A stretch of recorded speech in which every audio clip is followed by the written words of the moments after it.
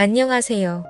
15년 전에 있었던 일을 시작으로 천천히 제 이야기를 해보려고 합니다. 당시에 저는 노총각이었고 시골에서 농사를 짓고 있었는데 과일 농사는 너무 어려워서 채소 쪽을 주로 했습니다.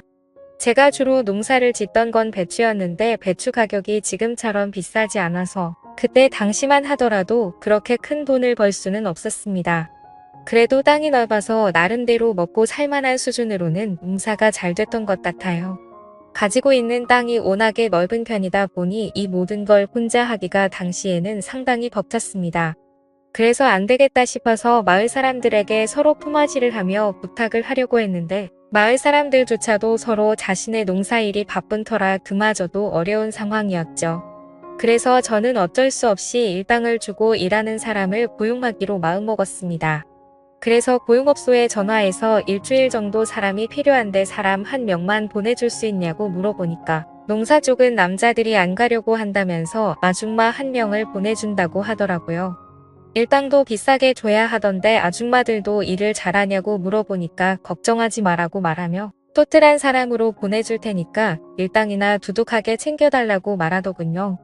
그래서 그날 바로 수확을 도와주러 아줌마 한 명이 왔고 그 아줌마는 오자마자 통통하게 익은 배추들을 보면서 배추들이 정말 탱탱하게 잘 익었다면서 속이 꽉 차서 맛있을 것 같다는 말을 하더라고요. 당연히 배추를 보면서 할 수 있는 이야기이지만 그동안 혼자 일했던 밭에서 낯선 아줌마가 저런 말을 하니까 뭔가 모르게 이상여릇한 느낌이 들기도 했습니다. 아무튼 아줌마는 저한테 뭐부터 해야 하냐고 물었고 우선 배추를 하나씩 따서 파트에 옮겨 담으면 된다고 했습니다. 배추 따는 방법은 제가 알려드린다고 말하며 아줌마 옆으로 가서 보여주니까 저에게 멋있다면서 쇠 팔뚝을 만지더라고요. 그러자 얼굴에 붉어지면서 그렇게 안 봤는데 정말 남자답다는 말을 하더라고요. 하라는 일은 안 하고 이상한 분위기를 만드는 아줌마를 보면서 괜히 저까지 수줍고 어색함이 느껴졌습니다.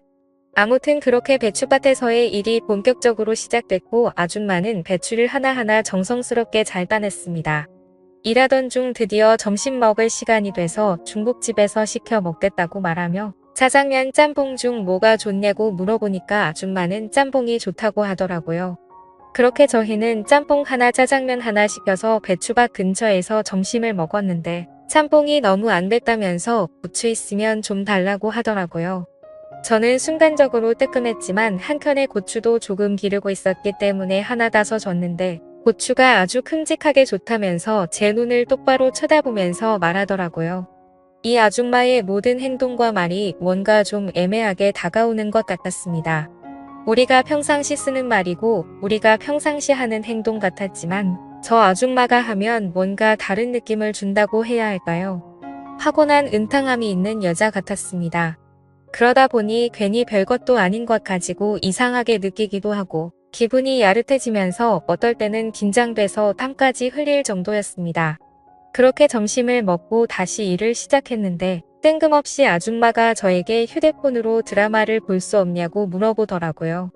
저는 드라마를 안 보기 때문에 라디오가 없다고 대답하니까 일하는 건 좋은데 너무 심심하다며 뭐라도 들으면서 일하고 싶었는데 아쉽다고 말하더군요.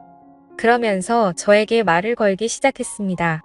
이야기하면서 일하면 더 시간이 잘 가지 않겠냐면서 그때부터 이것저것 물어보기 시작했습니다. 결혼은 하셨냐? 이 농사는 언제부터 시작했냐? 6시 내 고향에 출연해 봤냐? 등 온갖 걸 다 물어보더라고요. 조금씩 대답을 해주니까 어느 순간부터 그 아줌마는 저에게 대답하기 곤란한 질문들까지 쏟아내기 시작했습니다. 왜 그 나이 되도록 결혼을 못했냐고 물어보는데 혹시 남자로서 문제가 있는 게 아니냐는 말까지 서슴없이 하더라고요. 저는 그래도 남자이고 제가 고용한 사람한테 이런 말까지 들어야 하나 싶어서 아줌마에게 화를 냈고 그러지 않아도 노력하는 중인데 기분 나쁘게 말하지 말라고 했습니다.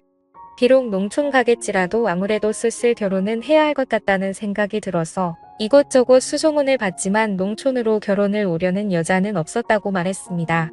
아줌마는 저에게 요즘 여자들은 대부분 그렇다고 하지만 자기는 농촌으로 시집 오는 것도 나쁘지 않다고 생각한다며 자기도 농촌에 시집 왔지만 결혼에 실패하여 지금은 혼자라고 말하더군요.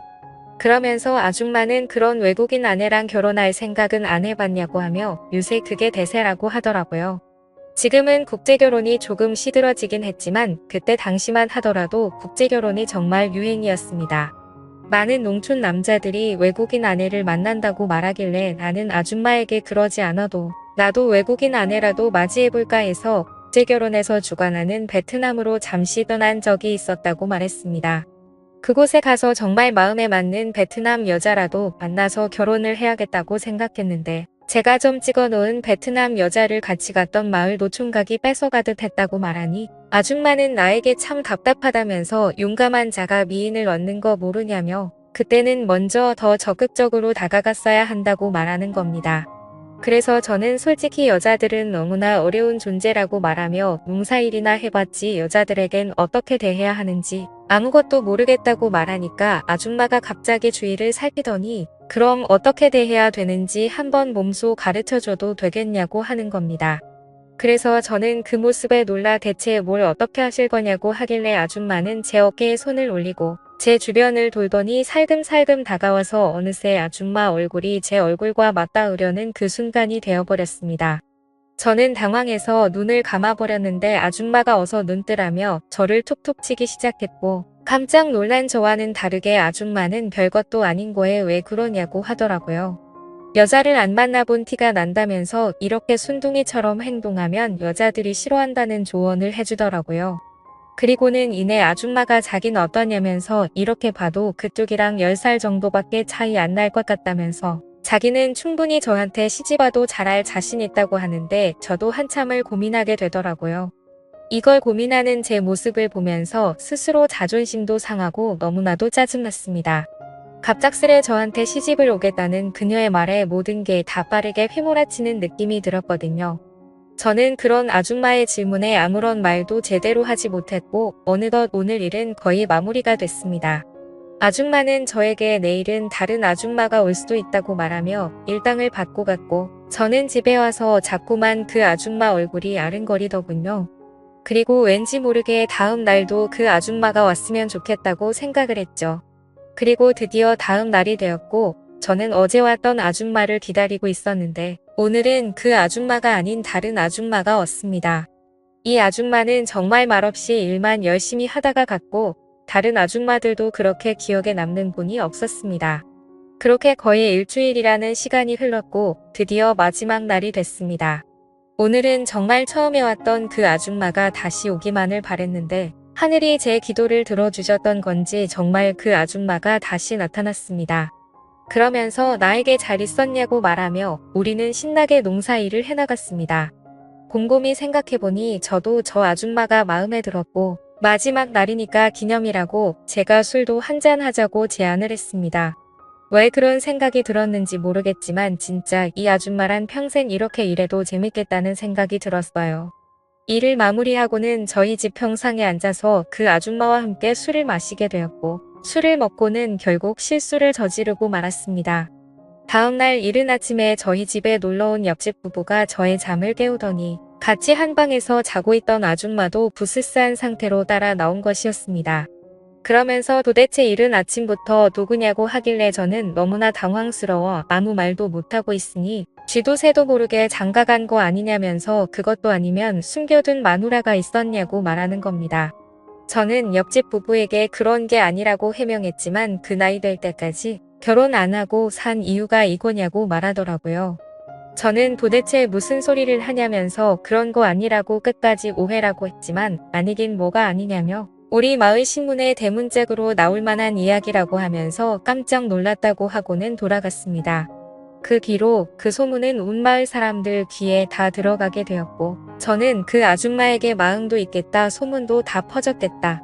그리하여 그 아줌마랑 미래를 약속하게 되는 지경까지 이르게 됐죠. 사실 점점 그녀와 저는 성격도 생각도 잘 맞았거든요. 우리는 연상연하 커플이지만 일을 할 때도 손발이 잘 맞고 모든 게 다 잘 맞았습니다.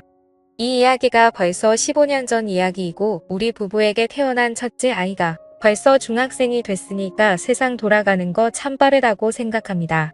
그리고 이렇게 배추 농사를 지으면서 평생 혼자 살 것만 같았고 그리고 내 짝은 없을 것 같아서 멀리 베트남까지 떠났던 적도 있었지만 역시나 옛말 그대로 집신도 짝이 있다고 하더니 만저에게도 짝은 있었고 그 짝은 마치 저에게 우연처럼 다가오더라고요. 비록 나이 차이는 좀 나지만 그래도 워낙에 성격도 좋고 착해서 나이는 숫자에 불과하다는 생각이 많이 나고요. 뿐만 아니라 아직까지도 우리 부부는 금술 하나는 최고라고 생각합니다. 감사합니다.